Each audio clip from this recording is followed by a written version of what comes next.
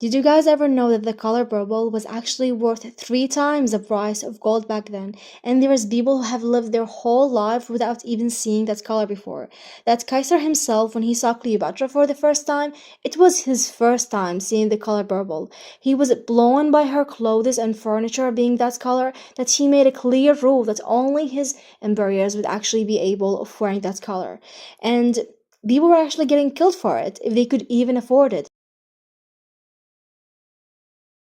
And the color purple was discovered around 12,000 BC from the Phoenicians, which is basically Lebanon today. And it was extremely sacred and only found in Lebanon, and the labor was not even easy. Dye makers had to crack open the snail's shell, extract the mucus that produced the color purple, and expose it to sunlight for a precise amount of time, as many as 250,000 shells to get just 1 ounce of the color dye.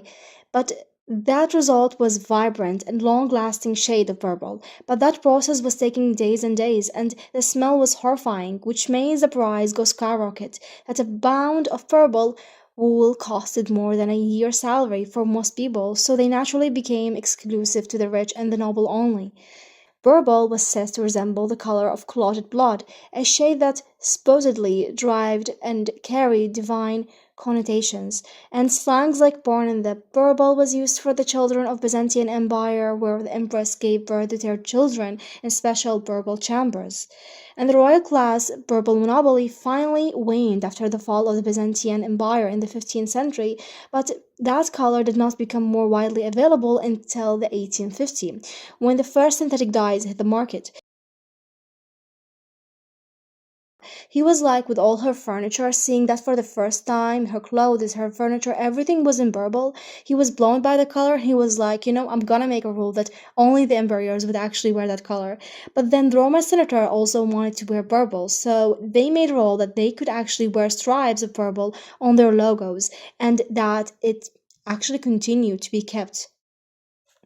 And if you actually were caught wearing purple and you were not one of those two people, the senators and the emperors, you would be killed. And those laws continued even in different regions, like in Britain, Henry VIII had charged someone with treason for just wearing purple, and Queen Elizabeth I had rules that only the royal family could wear purple until the 19th century, where purple was actually made synthetic in that time to get cheaper and more available than ever. The creation of the first synthetic dye in the 1856, this discovery had democratized the color, which was no longer reserved for the elite and noble only, and could be actually used by people, the artists, the manufacturers for clothes and product. So, technically the people would actually be able to now wear it and have it for not that much expensive price. But if you look at the clothes of the elite today, the crowns that they wear are still dyed in purple, preserving the old symbolism of the rich. There are still colors of purple that are very, very expensive, up to $3,000, just like any other color, but not specifically because of how rare and hard to make they are.